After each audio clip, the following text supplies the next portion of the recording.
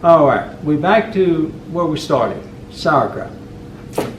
We're going, we set this sauerkraut up, I believe, first. It was on June the 26th.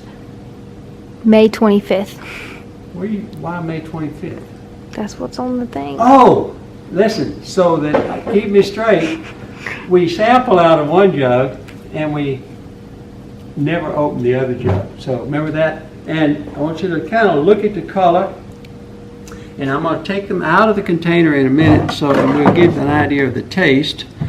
I'm going to save enough of this to do the pH and the total acid, and I'm going to streak some plates for lactic acid bacteria so we can hopefully find what we're supposed to have at the end. So all of that is aside from this. We're going to open this now, and we're going to put it on a platform so you can see what it kind of looks like, and then we're going to fill up some mason jars, however many it takes to hold these two containers. And in the long run, once we get them in the mason jars, we're going to use our never used sauerkraut plunger. So we're going to stack them up in here. We're going to leave around the neck we're going to leave the sauerkraut around the neck, and we're going to add the other space with our old standard 1 teaspoon per quart of salt. Tablespoon. Tablespoon, TB, table. And then we're going to take these packed recontainers, we're going to put a label on them, and we're going to pasteurize them in our small autoclave. So say 121 degrees, 15 pounds, for 10 minutes. Once we take them out of there, you can leave them on the shelf, and if you never open, or you can put them in the refrigerator and they'll last up to a year. So what are you going to do with this? Well, the first thing you want to do it like guys in the Far East, you're going to, when you take some out to eat, you're going to have to get a colander. Everybody knows what a colander is. It's got a bunch of holes. You're going to dump some in the colander, and you're going to take them under your faucet, and you're going to rinse some of that salt out, because what you're going to find, salt is essential, but the amount of salt, 2.2% salt, is a little heavy for your diet. So you're going to rinse that out, and then from there you can make anything you want to with cabbage. You can make cook some cornbread with your buttermilk, and so on. So let's get started. So I'm gonna open the unopened one first, just for the kicks. You notice a little container here. Might as well get used to it. You're gonna find it in the wine. And I'm gonna basically deconnect this thing.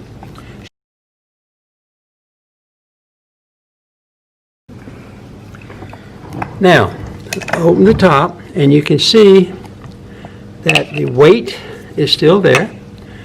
You can see the liquid right there. And so what I'm going to do, for you to get an idea of this, we're going to kind of take this stuff out and put it on this bowl. And hold on. Gary, I should have thought of this before.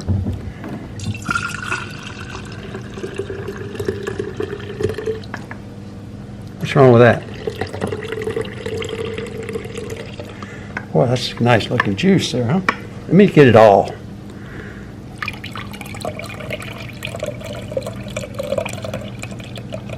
And you notice there's no browning, and so all of this is, and the way you do it, you got a piece, you taste it, and to say it's crispy is an underdate. To say it's salty is right. But it's pretty good texture. Yeah. Now, you ready? I'm gonna kind of pack that in. You notice that my unused implement is upside down because I meant to get wide mouth quart jars like that one, where my stuff, it would have been easy to put it in there, been easy to pack it. Oh no, what did we do? cleaned up the 32 ounces. So we're not gonna worry about that too much. I want to get one down and finished, and then we'll get through with it, and we'll go on to what we do next. Like, these are about 2.5 quarts, it looks to me like. And we're going to top this off with the liquid. These lids somewhere. I haven't gone too far without them. Notice that the lids, let's talk about mason jar lids. If you are on the farm, say 50, 100 years ago, these things were available. You buy the tops separate from the bottoms. And really this part of the lid is reusable. This part is not. Because when you pull you pasteurize this, it's going to pull all that air out. It's going to have a vacuum. And when it starts cooling down, it's going to pull this lid and seal it. So you only have one lifetime on this part, but multiple lifetimes on this part. So you have to buy a new ring. I guess you won't call them rings. But now you notice that this is about the level, and when we autoclave, we're going to loosen that a little bit. And we're going to take all of this sauerkraut and put in, I'm guessing now, 2, 4, about 6 quarts. And when we autoclave it, we're going to put it at refrigeration temperature, maybe 5 degrees or something like that. And it's good for, this will get you through 21 winter.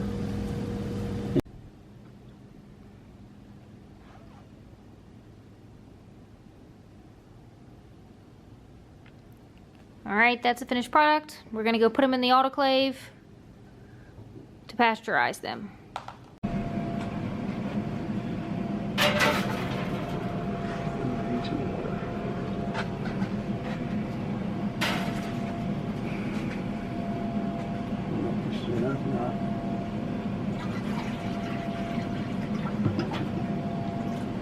Let's go. Okay. All right, remember, this is an autoclave, standard autoclave.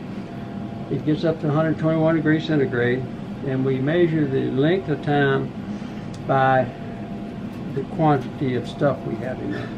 But we want these to go about 10 minutes at 121. So we put our bottles in, we loosen the tops. This is the old-fashioned way. We put the steam generator in there. We check to see if the seal is working. Then we're gonna go slow, and I'm gonna set this for 11 minutes. So what it means is this timer don't start until it gets up to 121 degrees, 15 pounds of pressure. So at home, you're not going to have one of these. There's a couple ways you can do that. You can take a stainless steel pot and set it on your wood burning stove or wherever you got there.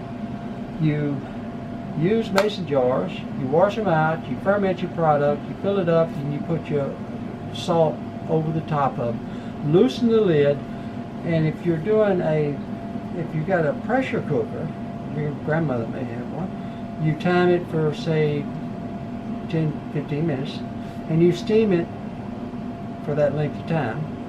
And you're going to do the same thing we're going to do here. You're going to take it off the water, cool it down. The stuff in here is going to, the heat as it cools down is going to pull a vacuum. It's going to seal that glass lid with it. And then as long as you can leave that at room temperature, or you can put it in the refrigerator. The refrigerator will last longer. When you open one of them and use some of it, you put it back in the refrigerator. And the third option you have at home is pressure cooker or just a pot of water burning on your stove. So those are your two options.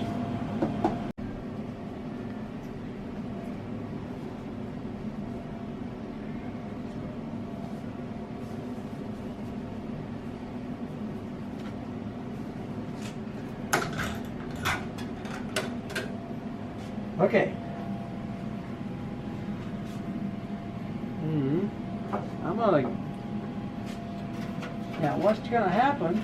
Here's a picture of it. I'm gonna set that down. It is not. When it cools, this lid's gonna not flip anymore. So there's a way that you can tell if you get a perfect seal. So I'm gonna take all of these out, let them cool for about 30 minutes.